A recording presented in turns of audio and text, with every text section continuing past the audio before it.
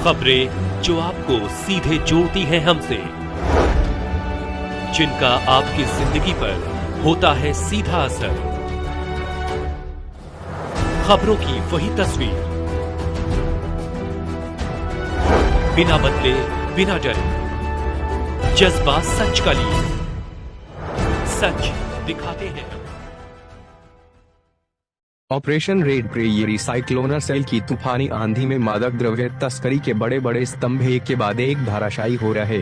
इस बार operation red prairie चलाकर नशे का बड़ा सौदागर 50,000 का इनामी सूत्रधार भजन लाल का नशा साम्राज्य किया नेस्तनाबूद। साइक्लोनर का स्कोर पहुंचा 98 पर। जोधपुर रेंज के पुलिस महानिरीक्षक श्री विकास कुमार ने बताया कि नशे के सौदागरों को जमीन सूंघाने का महाअभियान परवान चढ़ता हुआ अपने चरम पर पहुंच रहा है।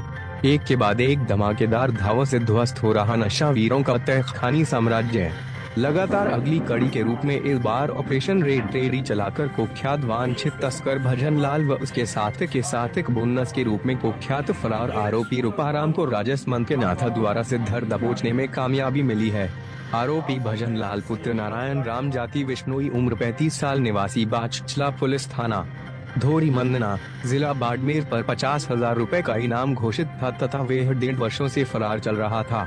भजन लाल नशे की दुनिया का बेताज बादशाह बनने का सपना संजोए पिछले 11 वर्षों से तस्करी के धंधे में रचा बसा था।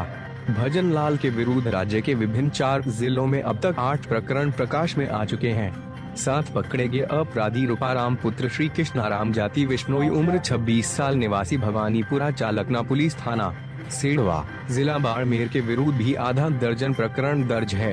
रूपाराम 3 राज्यों में सक्रिय अपराधी रहा है तथा उस पर मध्य प्रदेश, गुजरात व राजस्थान में प्रकरण दर्ज है। रूपाराम मध्य प्रदेश से पेरोल से फरार चल रहा है तथा गुजरात के 2 प्रकरणों में 4 साल से वांछित भी है। दोनों आरोपियों के विरुद्ध मादक द्रव्यों की तस्करी, वाहन चोरी, आर्म्स एक्ट, फर्जी नंबर प्लेट, छीन झपट इत्यादि के अनेकानेक प्रकरण दर्ज है।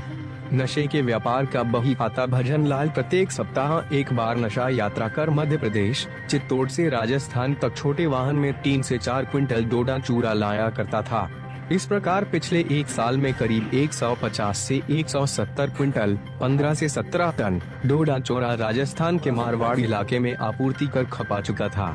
ज्ञातव्य है कि यह क्रम पिछले 10 साल से चल रहा था।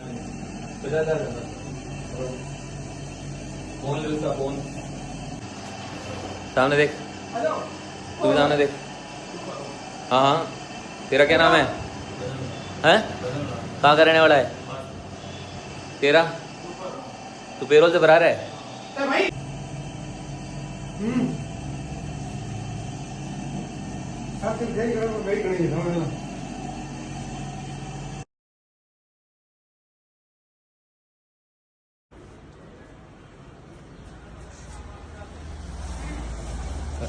आने जाने दे।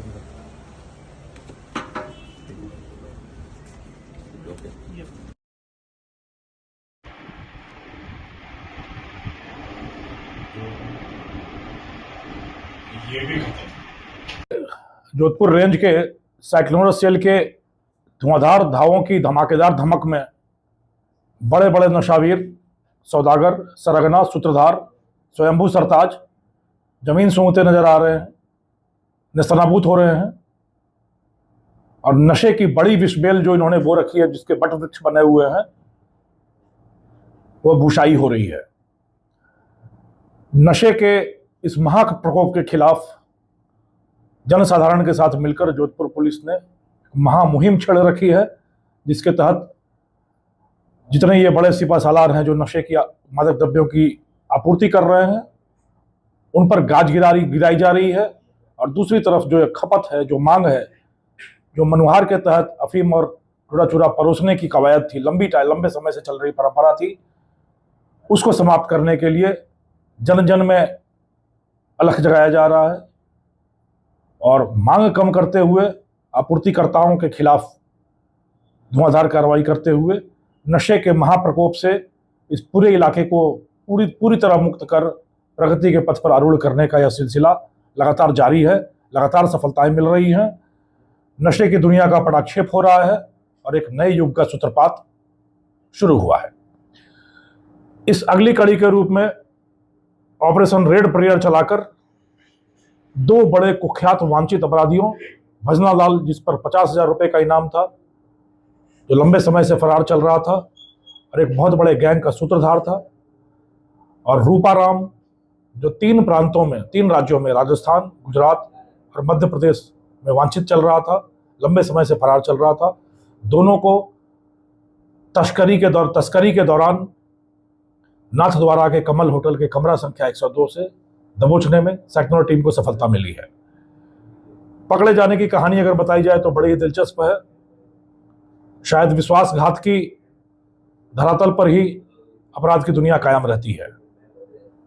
एक दूसरे पर विश्वास करके उस खोखले धरातल पर जो फलता फूलता है साम्राज्य, वह विश्वासघात के ठोस चट्टान से टकराकर चकनाचूर हो जाता है। भजना लाल ने जिस पेट्रोल पंप पे काम किया उसी के साथ विश्वासघात करके वहां 10 लाख की लूट की।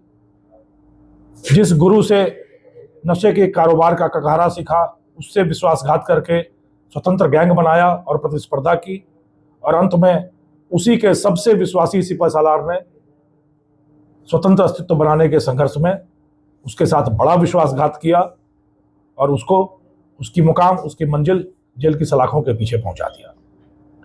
जिस तरीके से यह गैंग काम करता था बड़ा ही रोमांचक था।